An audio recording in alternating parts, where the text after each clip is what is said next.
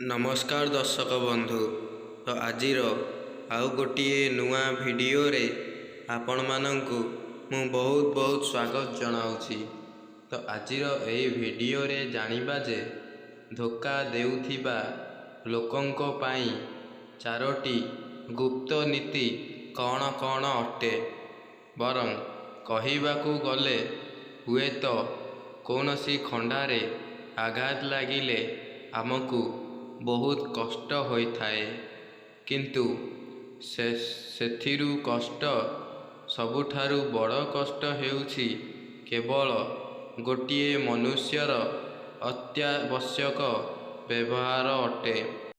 ଆମକୁ ଗଭୀର ଆଘାତ ସେତେବେଳେ ଲାଗିଥାଏ ତ ଯେତେବେଳେ ଆମ ପକ୍ଷେ ଥିବା ଏକ ନିଜ ଲୋକ ଆମକୁ ଘୃଣା ଏବଂ ଅପମାନ ଦେଇଥାଏ, ଯାହା ଫଳରେ ତା'ର ଫଳ କେବଳ ଭଗବାନ ହିଁ ଦେଇଥାନ୍ତି।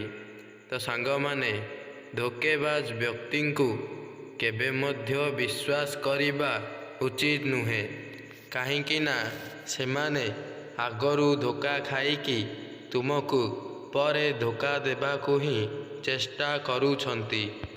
ଯେଉଁ ବ୍ୟକ୍ତି ତୁମକୁ ଧୋକା ଦେବାକୁ ସେ ପ୍ଲାନିଂ କରୁଥାଏ, ତେବେ ଆପଣ ସେଠାରେ ନ ରହିକି ସେଠାରୁ ତୁରନ୍ତ ଚାଲି ଆସିବା ବହୁତ ଭଲ କାର୍ଯ୍ୟ ହୋଇଥାଏ।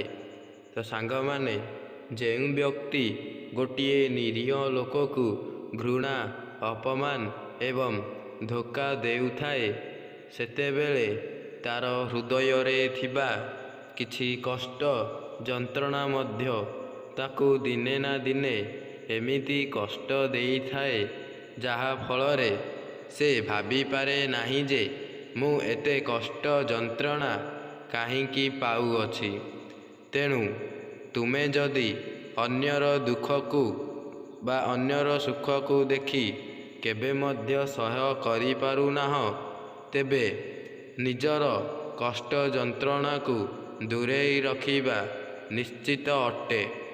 କାହିଁକି ନା ଦୁନିଆଟା ହିଁ ଅଜବ ସାଙ୍ଗମାନେ।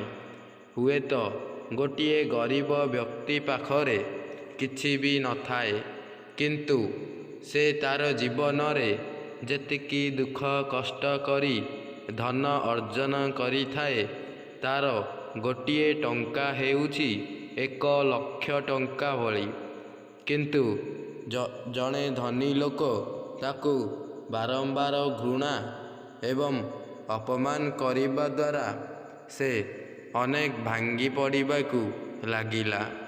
ତ ସାଙ୍ଗମାନେ, ମୁଁ ଏହି ଭିଡ଼ିଓରେ ବାସ୍ କିଛି କହୁନାହିଁ, ବାସ୍ ଗୋଟିଏ କଥା କହିବାକୁ ଚାହୁଁଅଛି ଯେ ଜୀବନରେ ତୁମେ ଯଦି ସୁଖରେ ରହିବାକୁ ଚାହୁଁଛ, ତେବେ ଅନ୍ୟର ଖୁସି ଦେଖି ନିଜେ ବି ଖୁସି ହୁଅନ୍ତୁ। ଆଉ କେବେ ମଧ୍ୟ ଧୋକେବାଜ ବ୍ୟକ୍ତିଙ୍କୁ ବିଶ୍ୱାସ କରନ୍ତୁ ନାହିଁ। ତ ତାଙ୍କର ଆଜି କିଛି 4ଟି ଗୁପ୍ତ ନୀତି ବିଷୟରେ ଜାଣିବା। ତ ଚାଲନ୍ତୁ ଆଉ ଡେରି ନ କରି ସେହି 4ଟି ଗୁପ୍ତ ନୀତି କ'ଣ କ'ଣ ଅଟେ ମୁଁ ଆପଣଙ୍କୁ ଜଣାଇବାକୁ ଚାହୁଁଅଛି। ପ୍ରଥମରେ ହେଉଛି ଅଣଦେଖା କରିବାର ଶକ୍ତି। ତ ଚାଣକ୍ୟ ମଧ୍ୟ କହିଥିଲେ କି ଯେ ଯଦି କୌଣସି ବ୍ୟକ୍ତି ଆଗରୁ ଧୋକା ଖାଇକି ପରେ ତୁମକୁ ଧୋକା ଦେବାକୁ ଚେଷ୍ଟା କରୁଛି, ତେବେ ଆପଣ ତାକୁ ସେଠାରୁ ଅଣଦେଖା କରିକି ଚାଲି ଆସିବା ବହୁତ ଭଲ କାମ ହୋଇଥାଏ। କାରଣ ଜଣେ ଧୋକେବାଜ ବ୍ୟକ୍ତି ସେ କେତେ ଧୋକା ଖାଇଲେ ପରେ ମଧ୍ୟ ସେ ନିଜକୁ କେବେ ମଧ୍ୟ ସମ୍ଭାଳି ପାରେ ନାହିଁ।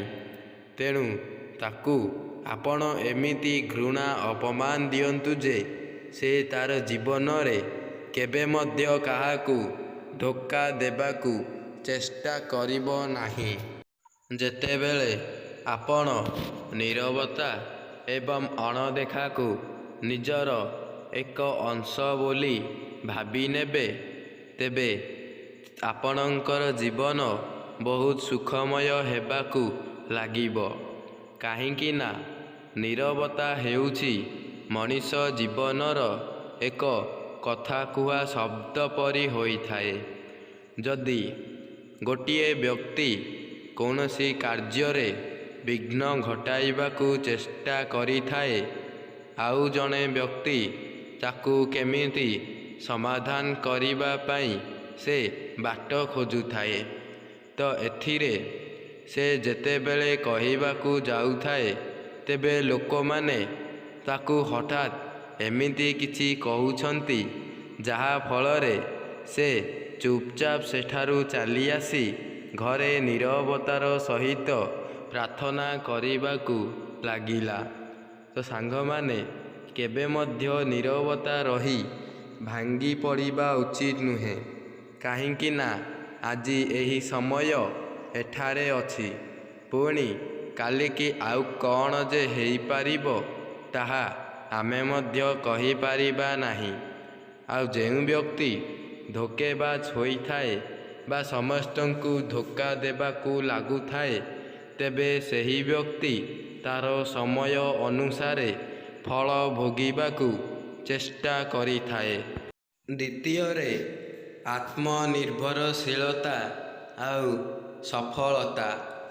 ତ ଯେଉଁ ଧୋକେବାଜ ବ୍ୟକ୍ତିଙ୍କର ନିଜର ଗୋଟିଏ ବୋଲି ଲକ୍ଷ୍ୟ ନାହିଁ, ତ ସେହି ବ୍ୟକ୍ତି ତା'ର ଜୀବନରେ କିଛି ବି ଉନ୍ନତି କରିପାରେ ନାହିଁ। ତେଣୁ ଧୋକେବାଜ ହୁଅ ମନା ନାହିଁ, କିନ୍ତୁ ଜୀବନରେ ସଦାସର୍ବଦା ଗୋଟିଏ ଲକ୍ଷ୍ୟ ରଖନ୍ତୁ, ଆଉ ସେହି ଖରାପ ଅଭ୍ୟାସ ମଧ୍ୟ କରିବା ଛାଡ଼ି ଦିଅନ୍ତୁ। ଆଉ ଏମିତି ଲକ୍ଷ୍ୟ ରଖନ୍ତୁ ଯେ ଜୀବନରେ ମୁଁ ଆକା ଯେମିତି ସକ୍ସେସ୍ ହେବି, ଆଉ ନିଜ ମା'ର ସ୍ୱପ୍ନ ମଧ୍ୟ ପୂରଣ କରିବାକୁ ଲାଗିବି। ତ ସାଙ୍ଗମାନେ, ଜୀବନ ହେଉଛି ଏକ ଜ୍ୱଳନ୍ତା ଦୀପ ପରି। ସେ କେତେବେଳେ ଯେ ଲିଭିଯିବ ତାହା ଆମେ ମଧ୍ୟ କହିପାରିବା ନାହିଁ। ତେଣୁ ଏହି ଦୁନିଆକୁ ଆମେ ଯେତେ ପର୍ଯ୍ୟନ୍ତ ବି ଆସିଛନ୍ତି, ତ ସେ ପର୍ଯ୍ୟନ୍ତ ଆମେ କେଉଁଭଳି ଭାବରେ ହସ ଖୁସିରେ ବଞ୍ଚିବା ତାହା ଆମେ ଜାଣିବା ନିହାତି ଜରୁରୀ ଅଟେ। ଆଉ ହସ ଖୁସିରେ ବଞ୍ଚିବା, ତେବେ ଆମ ଜୀବନ ମଧ୍ୟ ସୁଖମୟ ହେବାକୁ ଲାଗିବ, ଆଉ ଅଶାନ୍ତି ମଧ୍ୟ ଦୂରେଇ ଯିବ। ତ ଯେଉଁ ବ୍ୟକ୍ତି ଧୋକେବାଜ ହୋଇଥାନ୍ତି, ତ ସେହି ବ୍ୟକ୍ତି ତା'ର ଜୀବନରେ ବହୁତ ପସ୍ତାଏ। ଆଉ କିଛି ବି ଭୁଲ ବାଟକୁ ଗଲେ ମଧ୍ୟ ତାକୁ କେହି ବି ଏକ ସମାଧାନର ବାଟକୁ ଆଣିପାରେ ନାହିଁ। ତ ଯେଉଁ ବ୍ୟକ୍ତି ବି ଏହିପରି ଧୋକେବାଜ କାମ କରୁଛନ୍ତି, ସେହି ବ୍ୟକ୍ତିମାନଙ୍କୁ ମୋର ଗୋଟିଏ ଅନୁରୋଧ ଯେ ଏହି କାମ ଆଜିଠୁ ହିଁ ଛାଡ଼ି ଦିଅନ୍ତୁ, ଆଉ ଜୀବନରେ ତୁମେ କ'ଣ କ'ଣ ଉନ୍ନତି କରିପାରିବ ସେ ଉପରେ ଧ୍ୟାନ ଦିଅନ୍ତୁ। କାହିଁକି ନା ଜୀବନ ଆଜି ଅଛି, କାଲିକି ମଧ୍ୟ ଚାଲିଯାଇପାରେ। ତେଣୁ ପୃଥିବୀରେ ଆମେ ଯେତେ ଦିନ ବଞ୍ଚିବା, ନିଜର ଗୋଟିଏ ଲକ୍ଷ୍ୟ ନିହାତି ଭାବରେ ପୂରଣ କରିବା। ଧୋକେବାଜ ବ୍ୟକ୍ତିଙ୍କର ପାଟି କେବେ ମଧ୍ୟ ଚୁପ୍ ରହିପାରେ ନାହିଁ। ସେମାନେ ଯେଉଁ ସ୍ଥାନରେ ଗପିବା ଆରମ୍ଭ କରିଦିଅନ୍ତି, ସେହି ସ୍ଥାନରେ ତାଙ୍କର ଏକ ସମାଧାନର ମଧ୍ୟ ବାଟ ନଥାଏ।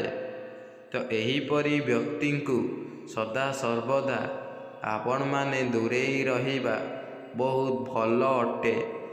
ଏମାନେ ପାଖରେ ରହିଲେ ଆମର ବହୁତ କିଛି ଅସୁଲ କରି ଆମକୁ ବ୍ଲାକମେଲ୍ ବା ଭୟ ଦେଖାଇବାକୁ ଲାଗିଥାନ୍ତି। ତ ସାଙ୍ଗମାନେ, ଏମାନଙ୍କ ଠାରୁ ଦୂରେଇ ରହିଲେ ହିଁ ଆପଣ ନିଜର ଜୀବନରେ କିଛି ନା କିଛି ଉନ୍ନତି କରିପାରିବେ। ଆଉ ଧୋକେବାଜ ବ୍ୟକ୍ତିଙ୍କର ସମୟ କେତେବେଳେ ନା କେତେବେଳେ କଟିଯାଏ, ତାହା ଆମକୁ ମଧ୍ୟ ଜଣାପଡ଼େ ନାହିଁ। ଆଉ ସେମାନେ ନିଜ ଜୀବନର ଲକ୍ଷ୍ୟ ବୋଲି କିଛି ବି ଜାଣିପାରନ୍ତି ନାହିଁ, ଯାହା ଫଳରେ ତାଙ୍କୁ ଏବେ କିଛି ବି ଜଣା ପଡ଼ିନଥାଏ।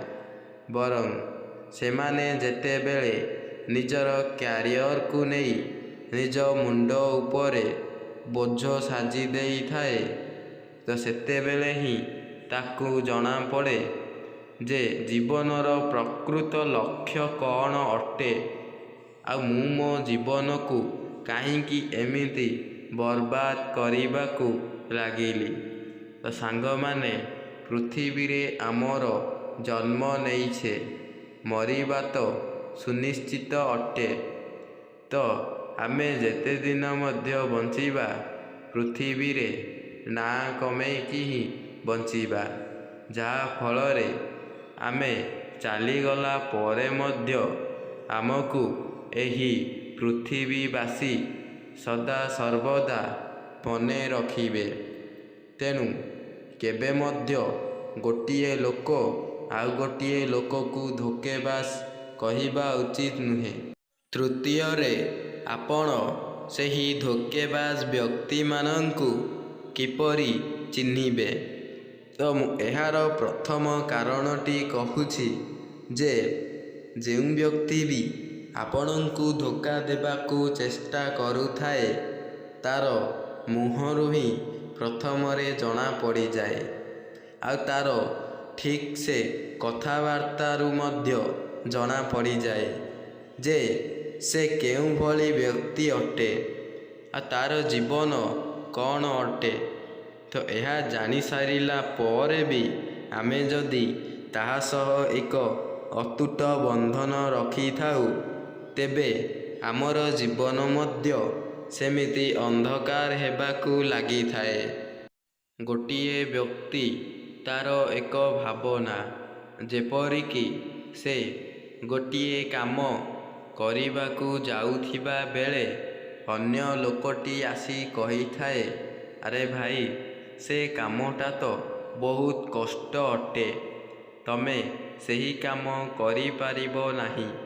ତ ମନୁଷ୍ୟ ମନରେ ସେହି ଚିନ୍ତାଧାରା ସୃଷ୍ଟି ହୋଇ ତା'ର ଆସୁଥିବା ଭାବନାକୁ ମଧ୍ୟ ଭାଙ୍ଗି ଦେଇଥାଏ। ତେଣୁ ଦୁନିଆରେ କାହାର ମଧ୍ୟ କଥା ଶୁଣିକି ନିଜ ଉପରେ ଭରସା ଭାଙ୍ଗିଦେବା ଉଚିତ ନୁହେଁ। ଯଦି ନିଜ ଉପରେ ଭରସା ଅଛି ନା, ତେବେ ଏହି ଦୁନିଆ କ'ଣ, ସାରା ସମାଜର ଲୋକ ମଧ୍ୟ ଆପଣଙ୍କ ପାଖରେ ମୁଣ୍ଡ ନୁଆଁଇବେ, ଆଉ କହିବାକୁ ଲାଗିବେ ଯେ ଏହି ଲୋକଟି ତା'ର ଜୀବନରେ ବହୁତ କୃତକାର୍ଯ୍ୟ ହେବାକୁ ଯାଉଅଛି, ଆଉ ଆମେ ଯଦି ତାକୁ ଅଧିକରୁ ଅଧିକ ସପୋର୍ଟ କରିବାକୁ ଲାଗିବା, ତେବେ ତା'ର ଜୀବନ ମଧ୍ୟ ଅନ୍ଧାରରୁ ଆଲୁଅକୁ ଆସିଯାଇପାରିବ।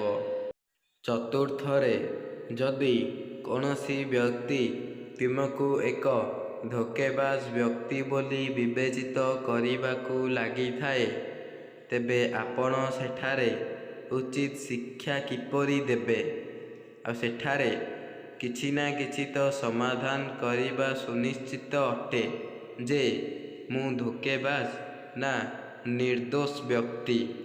ତ ଏହାର ଉତ୍ତରରେ ମୁଁ କହିବାକୁ ଚାହୁଁଅଛି ଯେ ସେହି ଲୋକ ପ୍ରତି ଆପଣ କିଛି ନା କିଛି ଏକ କାର୍ଯ୍ୟ ଛାଡ଼ନ୍ତୁ, ଆଉ ସେହି ବ୍ୟକ୍ତି କିଛି କାର୍ଯ୍ୟ କରିପାରୁଛି କି ନାହିଁ ସେ ତାକୁ କହିବାକୁ କୁହନ୍ତୁ, ଯାହା ଫଳରେ ସେ ଯଦି ସେହି କାର୍ଯ୍ୟ କରିପାରେ ନାହିଁ, ତେବେ ପ୍ରକୃତରେ ସେ ହିଁ ଜଣେ ଧୋକେବାଜ ବ୍ୟକ୍ତି ହୋଇଥାଏ।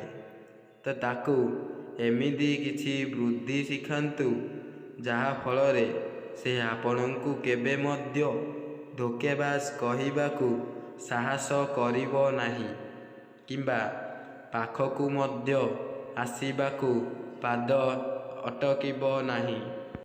ତ ସାଙ୍ଗମାନେ, ଆଜିର ଏହି ଟପିକଟିକୁ ମୁଁ ଏଇଠି ଶେଷ କରୁଛି, ଯାହାକି ଗୋଟିଏ ଧୋକେବାଜ ବ୍ୟକ୍ତିଙ୍କ ଠାରୁ କିପରି 4ଟି ଗୁପ୍ତ ନୀତି ଜାଣିବେ। ତ ଚାଲନ୍ତୁ ଆଜିର ଏହି ଭିଡ଼ିଓଟିକୁ ଏଇଠି ଷ୍ଟପ୍ କରିଦେବା।